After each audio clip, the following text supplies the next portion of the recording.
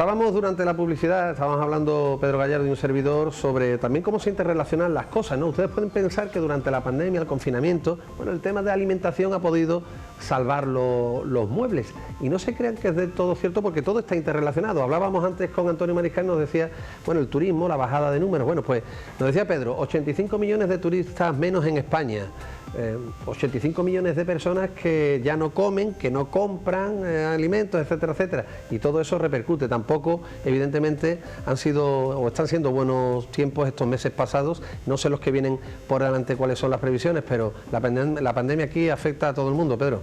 Nos ha afectado muchísimo. Nos afectó antes de la pandemia ya al campo. Hay que recordar que estábamos en reivindicaciones saliendo con los tractores por el tema de precios, y es verdad que cuando saltó la pandemia nos pusimos a producir, y es cierto también que hemos sido solidarios. Aparte de estar produciendo, hemos desinfectado pueblos, calles y donde nos han requerido, pero de alguna forma también hemos notado que, bueno, que el cierre del canal Oreca ha perjudicado muchísimo producciones muy sensibles para la provincia de Cádiz, como puede ser el ovino, el caprino, las partes nobles del vacuno, caídas también en los quesos. Hablamos del canal Oreca, perdón, para todos los telespectadores, el canal de hostelería. Hostelería, correcto. O sea, bares, restaurantes, etcétera, y demás. Claro, ovino y caprino, porque los consumidores no suelen comprar esto para cocinarlo en casa, es más de restauración. Las partes nobles también del vacuno. El queso, al ganadero se le dijo que se le recogía solamente o bien por la mañana o por la tarde. Entonces sí es verdad que hemos padecido la pandemia con un efecto importante en nuestras explotaciones. También hablabas del queso, ¿no? Tuvo un bajón al principio. Sí, el queso es que con el cierre de Oreca de restauración, de alguna forma se le dijo al ganadero que en vez de ordeñar mañana y tarde, que ordeñara solamente o bien por la mañana o bien por la tarde. Entonces eso cayó mucho la oferta y la demanda. ¿Y habéis computado, habéis contabilizado cuánto se ha dejado de vender? Como bien decías, bueno, pues no ordeñes por la tarde, solo por la mañana. Bueno, pues eso es casi llevar a la mitad la producción en muchos casos, ¿no? En el caso de la leche de cabra y oveja, sí, porque ahí, bueno, es la mitad prácticamente de la producción. En el resto no tenemos datos de ovino y caprino de cuánto ha caído, ¿no? ¿Y en agricultura? Cultivos y demás. Tampoco, sí tenemos el dato de agricultura ahora el que se ha publicado del PIB, del índice de la producción bruta, la interior bruta. Sí tenemos que la agricultura ha subido un 3,6%. Es prácticamente el sector el único prácticamente que ha subido, con la caída del PIB del 18% prácticamente. ¿Y las exportaciones, Pedro? Y las exportaciones se han salvado. Nosotros desde el principio enviamos desde la Nacional un escrito al Gobierno central diciéndole que las exportaciones eran vitales, que había que facilitar los fast track, que son la ruta rápida de los camiones en frontera, que no se parara el camión en la aduana, en fronteras y demás, y que no se cerraran las aduanas, y se hizo eso por parte del Gobierno central, y ha funcionado bastante, porque las exportaciones de Cádiz, de Andalucía y de España son muy importantes. Ya queda como en un pasado un tanto lejano, pero hay que recordar el gran trabajo que se desarrolló durante el confinamiento, sobre todo para que esos alimentos que producen nuestros campos estuvieran en las tiendas, en los ultramarinos, en los RAS de pequeñas y grandes superficies, para que la población pudiera alimentarse, que no fue fácil. Efectivamente, fue complejo al principio, sobre todo por la movilidad, pero sí es verdad que ahí tenemos que también reconocer el trabajo de los cuerpos de seguridad del Estado y también la subdelegación del Gobierno, que facilitó las cosas, hay que decirlo claramente, y se pudo ir al tajo y abastecimos. No hubo desabastecimiento, lo único que había momentos puntuales de exceso de acopio por parte de la ciudadanía, porque si en vez de comprar 1 kilo de harina, pues se compraban 3 y 4 kilos de harina y no daba tiempo a reponer, pero existencia había. Pedro, entramos un poquito en el tema de la PAC, la ley o la política agraria común, eso que tantos quebraderos de cabeza da, que casi siempre se suele salvar en muchos aspectos, en otros no tanto, hay que ceder, hay que esperar a un nuevo marco de acuerdos y demás. ¿En qué punto estamos? Y para que también lo entiendan nuestros telespectadores, ¿qué supone la PAC? Es decir, esas también el marco de ayudas europeas para la agricultura, la ganadería española. ¿Qué se está negociando? ¿Por dónde?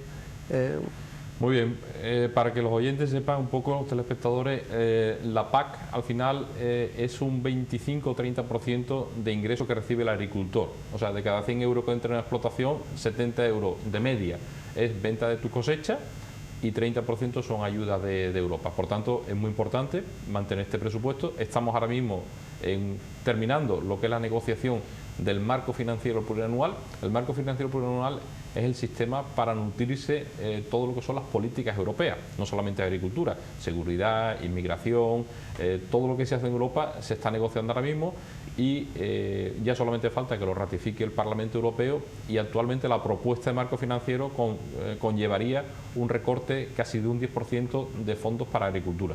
Nosotros ahí nos estamos oponiendo y esperemos que el Parlamento Europeo, que tiene poder de codecisión, además del Consejo Europeo y además de la Comisión Europea, pues vote en contra, porque entendemos que ahora mismo precisamente no se puede recortar en agricultura. Podemos recortar de otras formas, pero de agricultura es que si no nos alimentamos vamos a tener un problema.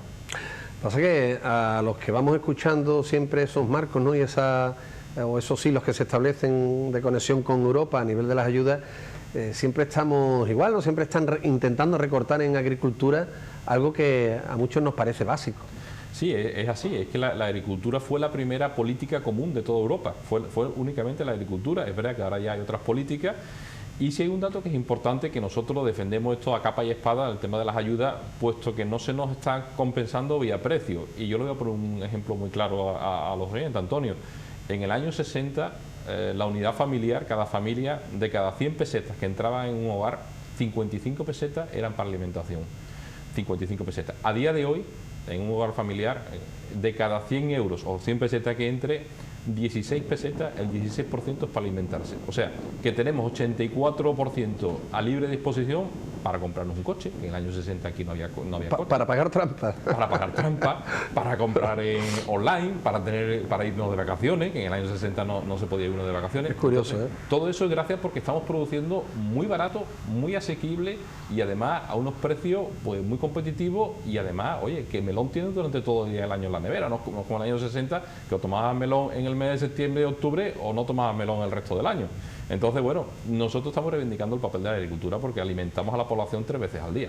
Otro de los grandes caballos de batalla, lo hablamos también, si me permiten, en publicidad, es decir, la lucha porque el cultivo sea rentable.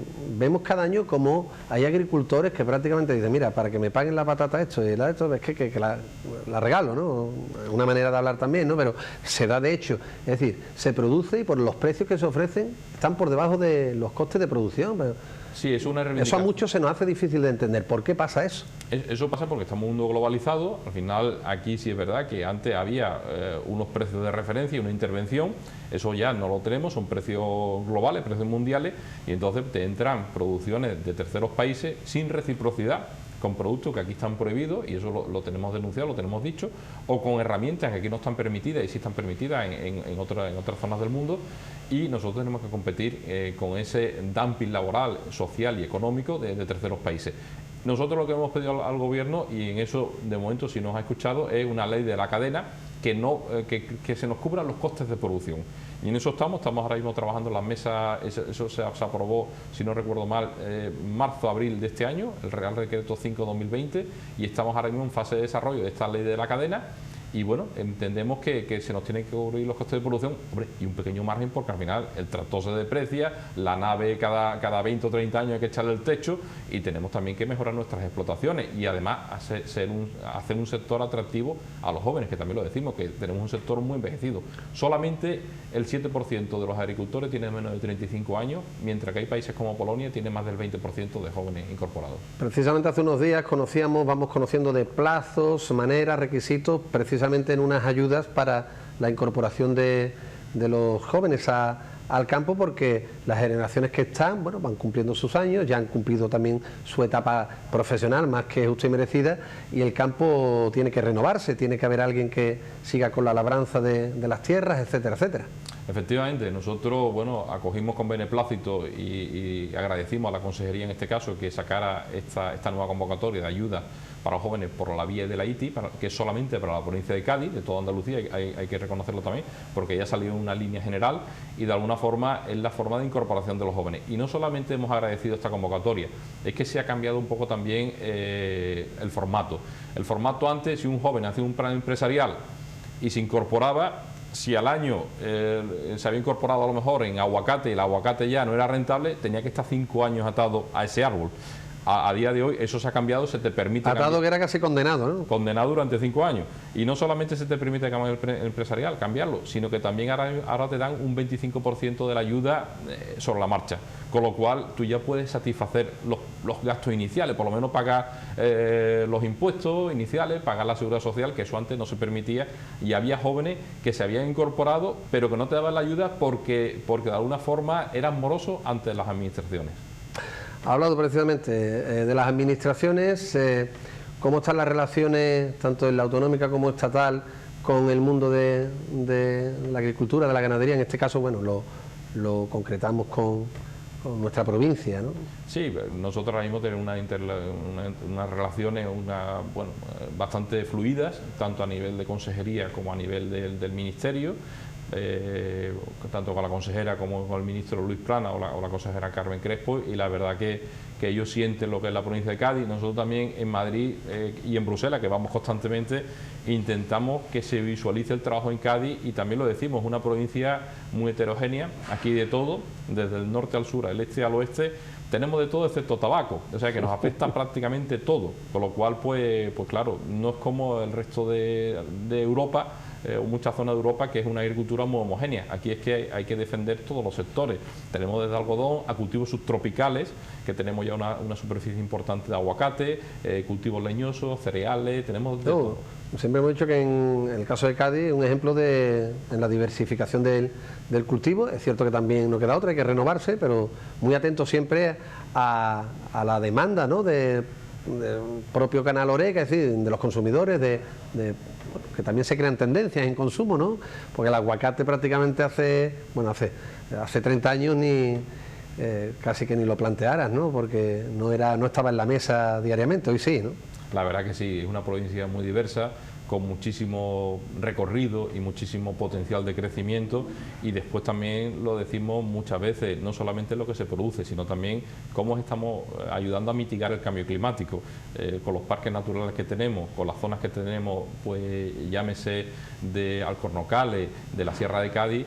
Pues ahora mismo que la agricultura somos los únicos que estamos mitigando el cambio climático, somos los únicos que captamos CO2 y producimos oxígeno. Eso no lo hace todavía nadie. Y eso hay que reconocerlo también a estas zonas forestales que son importantes, donde además es muy distinta estas zonas al centro de Europa. El centro de Europa, lo que es un bosque continental, no tiene cabaña ganadera, allí no hay animales durante el año, y estas zonas además pues tienen cabra, tiene cochino, tiene vaca, que además estamos alimentando sosteniblemente. Bueno, y limpieza de hierbas en determinados caminos, en fin, una labor, fíjense, que más sostenible que eso, ¿no?, y más natural. Hablabas antes de terceros países, de productos que llegan, hablabas de ese dumping. Hay que tener en cuenta también que la competencia entre lo que llega y lo que hay aquí es muy desigual, porque también desde la Unión Europea se exigen aquí unas garantías sanitarias en la producción, etcétera, que no se exige a lo que llega de fuera. Eso es así, eso lo hemos denunciado. Mira, casualmente, Antonio, hace 2 años se nos prohibió en el maíz y en el girasol usar un insecticida que era para evitar que los gusanos no se coman la semilla y la planta brote, un neonicotinoide. Se prohibió porque decía que afectaba a las abejas, porque las deslocalizaban y no volvían después a sus paneles. Bueno, pues eso se prohibió, nosotros lo aceptamos, pero está entrando en Europa más de 15 millones de toneladas de pipa de girasol con neonicotinoides. Y estamos al final consumiendo aceite de girasol que viene de fuera con neonicotinoides, porque solamente Europa lo ha prohibido en todo el mundo. Ni Ucrania, ni Rusia, ni Bielorrusia, ni Argentina, ni Estados Unidos, que son los principales productores, con Canadá, lo ha prohibido. Entonces, eso lo estamos exigiendo, que las mismas reglas de juego. Lo que no puede ser que estemos jugando un partido de fútbol, cada uno con sus reglas. Después, a nivel mundial, a disponibilidad del agricultor 600 materias activas. Solamente en Europa podemos usar 400 de ellas. Sin embargo, nuestros competidores tienen las 600 herramientas que nosotros decimos que tienen a su disponibilidad, y claro, nosotros ahí es que no podemos jugar el mismo partido. Pedro, estamos a principios de octubre. En estos momentos en el campo, digamos que está terminando y que se está plantando. Bueno, para que también todos los telespectadores hagan una composición de forma de lo que sucede en nuestras tierras, las tierras de la provincia, ¿no? Bueno, pues hemos terminado la vendimia con un 30% menos de producción, ya lo venía diciendo Asaja, que iba a ser una campaña corta. Estamos terminando algodón y arroz. Estamos empezando ya lo que es la sementera, la siembra de la remolacha. Estamos ya preparando los primeros cereales, alcarceles sobre todo, y preparando la tierra para sembrar el trigo, para sembrar los cereales. Y bueno, y dentro de poco empezaremos también con la campaña de la aceituna, que ya este año vamos a ver cómo viene, porque es verdad que la primavera ha sido buena, pero el invierno fue muy seco. Una vez más mirando al cielo, como siempre. Como siempre, esperemos que llueva, porque además para el ganadero, sobre todo para el ganadero, hace falta que llueva para que se produzca pasto, y el ganadero ahora mismo lo está pasando mal porque está alimentado en su cabaña ganadera muchas veces vía pienso, porque no hay pasto suficiente. Por cierto, tenéis hoy unas jornadas, me comentabas... sobre la pitaya. La pitaya. Que es un cultivo que se está poniendo de moda, hombre, y en Cádiz se dan las circunstancias por clima, y vamos a ver si, bueno, hay ya plantaciones y a ver cómo se da. ¿Y cuáles son los beneficios, la pitaya? Bueno, pues dicen que son muy buenos antioxidantes, que tiene unos beneficios muy buenos. Yo la he probado en Sudamérica, y la verdad que, bueno, que ahí se puede. Cambio climático lo único que está trayendo en positivo... ¿Es fruta? Es un fruto. Y el cambio climático lo único que está posibilitando a favor es esto, que hace 30 años pues nadie hubiera desarrollado esto, porque como las temperaturas están, como ahora tenemos una mínima que son más suaves, pues de alguna forma se está apostando por esto, ¿no? Y vais a conocer un poquito más de cerca, ¿no?, cómo es la pitaya. Efectivamente, vamos a verla. Pedro, pues ha sido un auténtico placer. No, seguro me dejo muchísimas cosas en el tintero. Este último medio minuto es para que añadas lo que quieras. Bueno, encantado de estar en el programa, Antonio, a vuestra disposición, por supuesto, y simplemente mensaje a los consumidores: consumir el producto de la tierra de Cádiz. Las etiquetas son importantes, creo yo, que cada vez se intente diferenciar más, y que apuesten por la ganadería y agricultura de esta provincia, que es tan diversa y tan sostenible. Pues con ese deseo nos quedamos. Pedro Gallardo, presidente de Asaja Cádiz, muchísimas gracias. Por cierto, que también con responsabilidad en Europa, que no se me ha pasado por alto, ¿no?, en el comisionado, ¿cómo es técnicamente? Sí, es el Copa Colleca, que es donde nos reunimos las organizaciones agrarias, con una vicepresidencia que hemos ganado el día 19 de septiembre. Pues toda la suerte del mundo también en el desempeño de esas funciones, que será también para el bien de toda nuestra zona. Muchas gracias. Muchas gracias. Y de una entrevista sobre la agricultura, sobre el campo, sobre las leyes que también enmarcan a los mismos, nos marchamos a hablar con otro jerezano ilustre. Él es Ismael Jordi. Hace ya unos días pues realizó un concierto conmemorativo, como él vino a decir, ¿no?, que quería que fuera como entre amigos, ¿no?, porque se trataba de celebrar de una manera íntima, pero en público, 20 años sobre las tablas de los escenarios de los teatros de medio mundo. Ismael Jordi, bienvenido a Jerez al Día. ¿Qué tal? ¿Cómo estás? Buenos días, Antonio. ¿Cómo estamos por ahí? Muy bien. Oye, ¿hubo emociones o no hubo emociones? Que no te querías emocionar, dijiste en la rueda de prensa. Sí. Fue bueno, muchas sensaciones encontradas en el escenario, muchos recuerdos, muchos momentos, y nada más que quise un poco, no sé, acordarme de mi familia, de mi mujer, de todo el mundo, pues fue imposible. Casi, es más, me acuerdo que me pasó en ese momento que iba a cantar una romanza preciosa de Zarzuela que se llama Bella Enamorada. Y bueno, el pianista, maestro Rubén Fernández Aguirre, tuvo que repetir la entrada 2 veces, porque yo lo miré y digo, no puedo cantar. Dale, ¿no? Que... Bueno, entonces ya digo, se acabó. Ya no dedico a nadie más nada, porque si no nos vamos a quedar en mitad del concierto, y no era plan, hombre. Ya el próximo a los 40 o 50 años, ¿eh? Un poquito menos. Un poquito menos, ¿no? Son ya muchos años. Bueno, oye, nada, soy un privilegiado, y hacer lo que te gusta como trabajo, pues como te he dicho, es un privilegio. Entonces, pues nada, salud y disfrutar de la vida y disfrutar del trabajo que tengo, ¿no? Ismael, yo sé que lo has contado muchas veces, muchos de todos modos sabes que no conocerán ese apartado de tu vida, pero son 20 años sobre y en los escenarios, ¿no?, como decimos, de medio mundo, con teatros importantísimos, como decimos en la crème de la crème, pero todo se inicia en tu juventud más incipiente, y a mí me gustaría que contaras, que vuelvo a decir, lo has hecho muchas veces, pero que contaras cómo llega ese vínculo tuyo con el bel canto.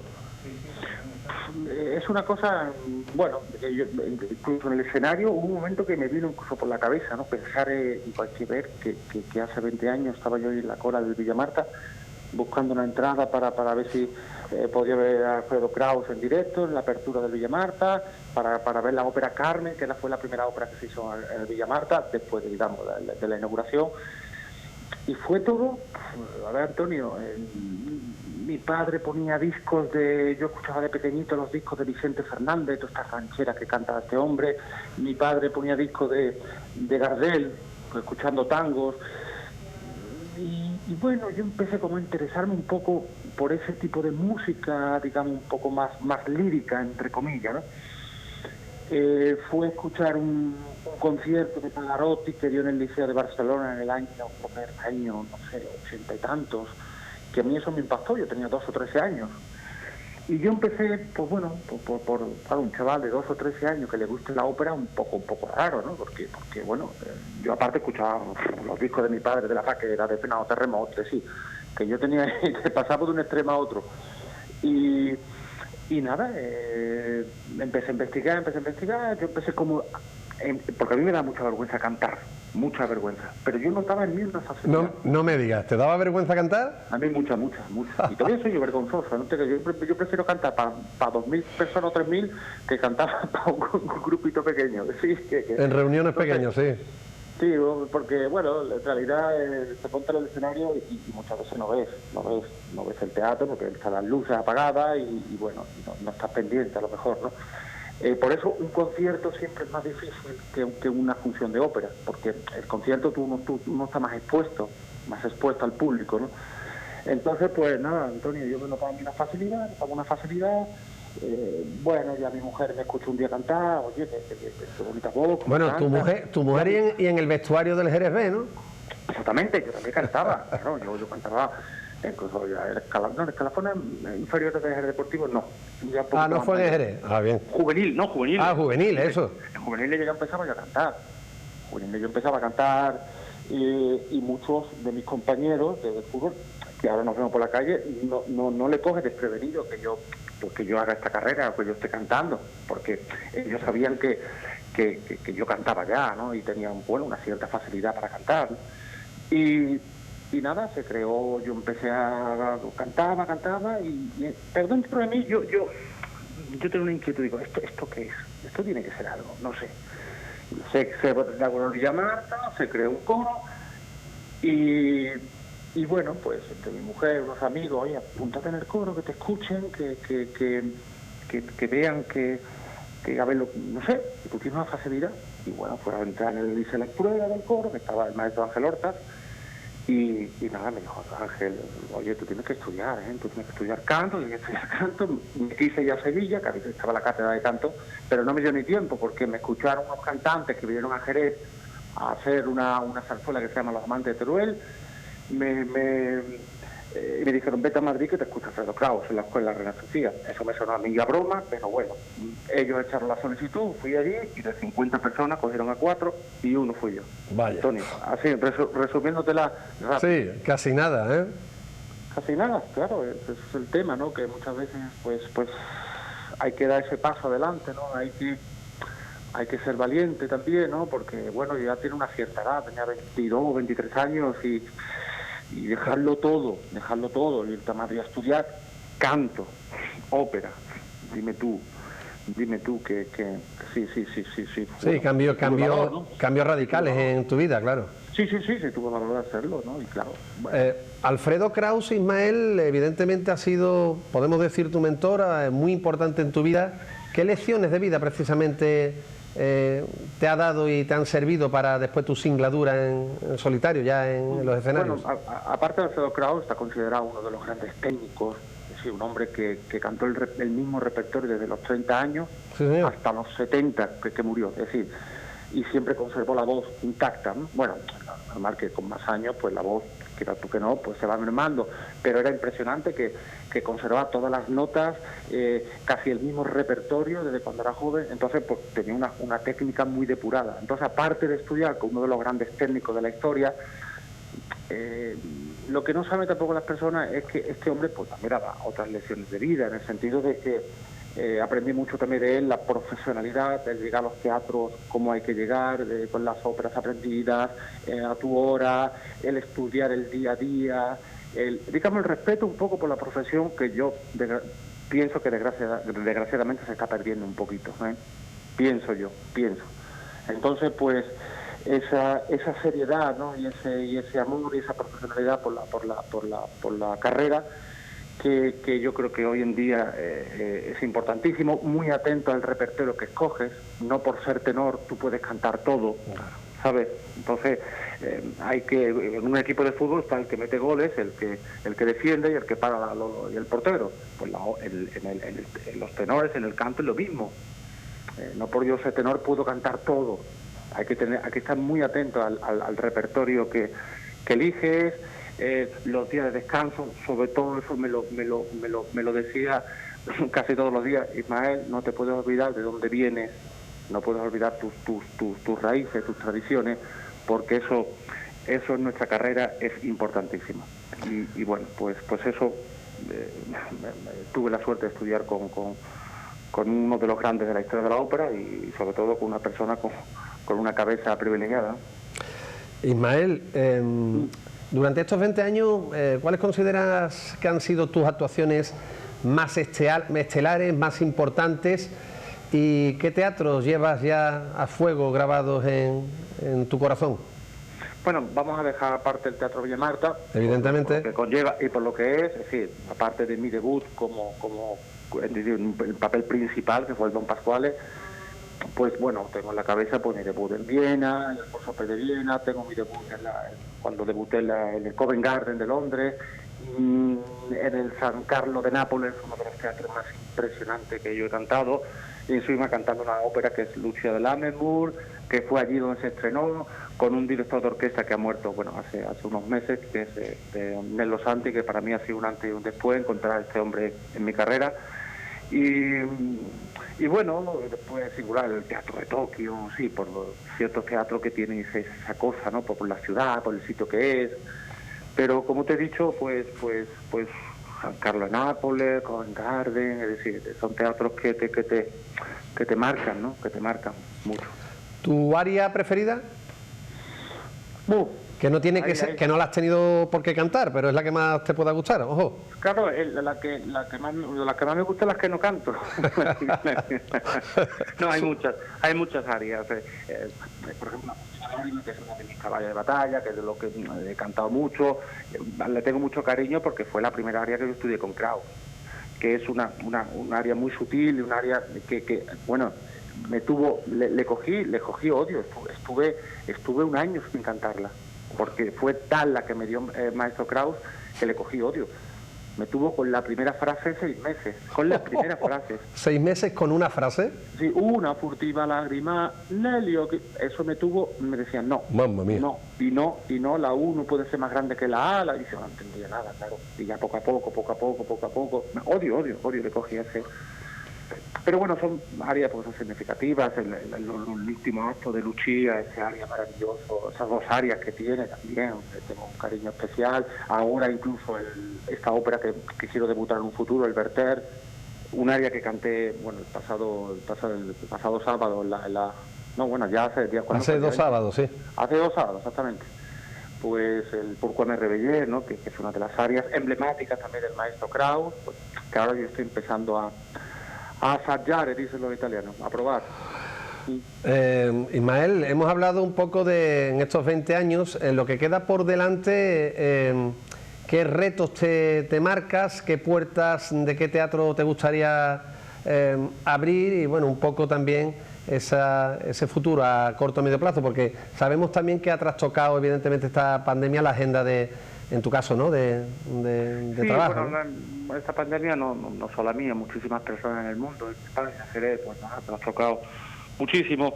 Mi pena ha sido que ahora en enero debutaba en Nueva York, en el Metropolitan, bueno, uno de los grandes teatros también, de los 2 o 3 teatros más importantes, y eso pues me ha dado pena, porque encima era una ópera que me viene muy bien vocalmente, como es Romeo y Julieta.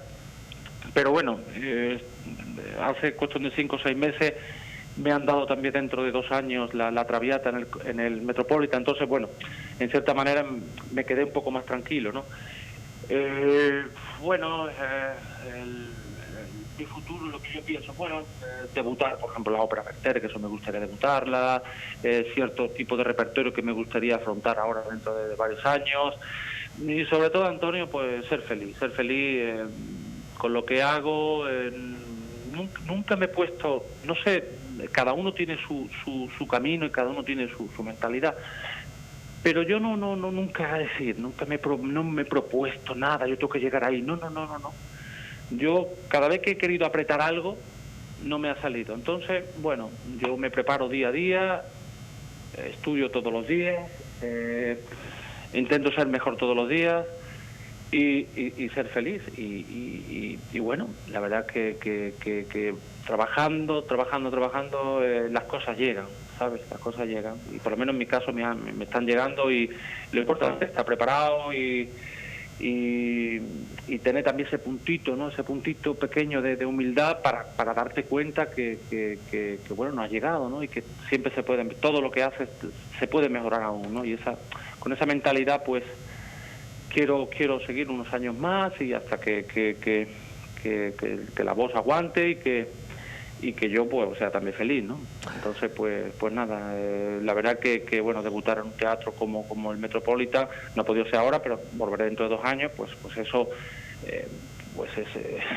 me alegra muchísimo, claro está, ¿no? Y me da fuerza y me da alegría, ¿no? De seguir trabajando y de ir creciendo.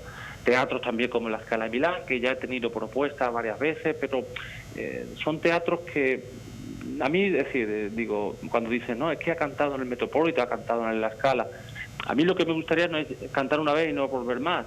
Lo bonito es que te vuelvan a llamar. Entonces, por ejemplo, lo que me ofrecían en la Scala no era una ópera o no era una cosa para que yo pues saliera por la puerta grande, si se puede decir, ¿no? Entonces, en ese sentido soy yo bastante frío. Había compañeros que me dicen, tú estás loco, pero chiquillo, están llamados de la Scala. Pero yo no, si no lo veo, en ese aspecto claro. Soy bueno. En eso sí que soy, es decir, yo sí tengo que decir que no, que era otra de las frases que decía el maestro Kraus, que decía, esta carrera se hace con el no delante. Fíjate si tenía razón, ¿no? Sin duda alguna, buena enseñanza. Total, ¿no? Y bueno, pues nada, en estos momentos pensar en la salud, en la familia, y cuando pueda ser, pues nada, empezaremos a buscar esa normalidad tan deseada. Ismael, ha sido un auténtico placer. Por cierto, como anécdota, hizo usted un guiño a don Manuel Alejandro en el concierto. No sé si hará algún pinito discográfico con temas de... A mí me encantaría escucharte, ¿eh? No, y a mí más, porque sí, nosotros cuando hablamos de música seria, entre comillas, ¿no? Que dice cuando tú haces un concierto de ciclos de líder, ¿no? De canciones, ¿no? De Schumann, de Schubert, de Fauré, repertorio francés, de Tosti, que lo canto mucho, este repertorio, compositor italiano. Pero ya no solo el padre del maestro Manuel Alejandro, ¿no? Belvedere, ¿no? Que tiene cosas maravillosas, es él. Él tiene canciones que han cantado todos los grandísimos, como Julio Iglesias, Rocío Jurado, Rafael, que se pueden meter perfectamente en un concierto, en un ciclo, cantar 2 o 3 canciones dentro de un ciclo de líder, ¿no? Perfectamente. Y entonces, una canción como, no sé, Se nos rompió el amor, Procuro olvidarte, por otra canción maravillosa. Qué cosa más bonita, sí. Perfectamente melodía lírica, perfectamente. No, es que Procuro, Se nos rompió el amor, es una canción difícil de cantar, muy difícil de cantar, tanto por el texto y incluso por la tesitura, que es una tesitura elevada, ¿no? Que estaba hecho fíjate, para Rocío Jurado, que estaba sobrada de medios, ¿no? Y la verdad que tengo que agradecer que el maestro me llamó hace unos días para agradecerme, y la verdad que se me puso los vellos de punta cuando el maestro Manuel Alejandro te llama, pues te puedes imaginar. Y nada, me ha pedido por favor que le gustaría escuchar la grabación. Y yo no quiero que la escuche. Yo no quiero que la escuche. Pero nada, también es verdad, el maestro siempre dice, tenemos que hacer un proyectito. Yo me gustaría hacerte una canción, incluso de las que he compuesto, me gustaría que hacer un disquito, una cosa, pero bueno. Bueno, pues yo creo que es un momento difícil para todos. Y sí, pero bueno, ha sido muchas veces, y el maestro siempre ha tenido bueno, un cariño especial hacia mí, ¿no? Y eso es que agradecer de un musicazo como es el maestro Manuel Alejandro, ¿no? Abogamos por ello, así que veremos seguro en un futuro inmediato un trabajo discográfico con esta melodía lírica que tiene que ser un gustazo escucharla en tu voz. Gracias, Ismael Jordi. A vosotros y a ti, Antonio. Y todo lo bueno para ti. Muchísimas gracias. Mucho salud, Igualmente. Las palabras, la entrevista que hemos mantenido con Ismael Jordi, hemos conocido esos 20 años a modo de resumen de su vida en los escenarios y también un poco lo que le queda por delante, algunos retos importantes, muy ambiciosos, ya lo escuchaban en el Metropolitan o incluso la Scala de Milán, pero como él dice, sí voy para abrir la puerta grande, como debe ser. Nosotros seguimos adelante, no sé si los compañeros me comentaban que nos marchábamos a publicidad, efectivamente, pues hacemos otro paroncito en este Jerez al Día, regresamos de inmediato, en unos minutos.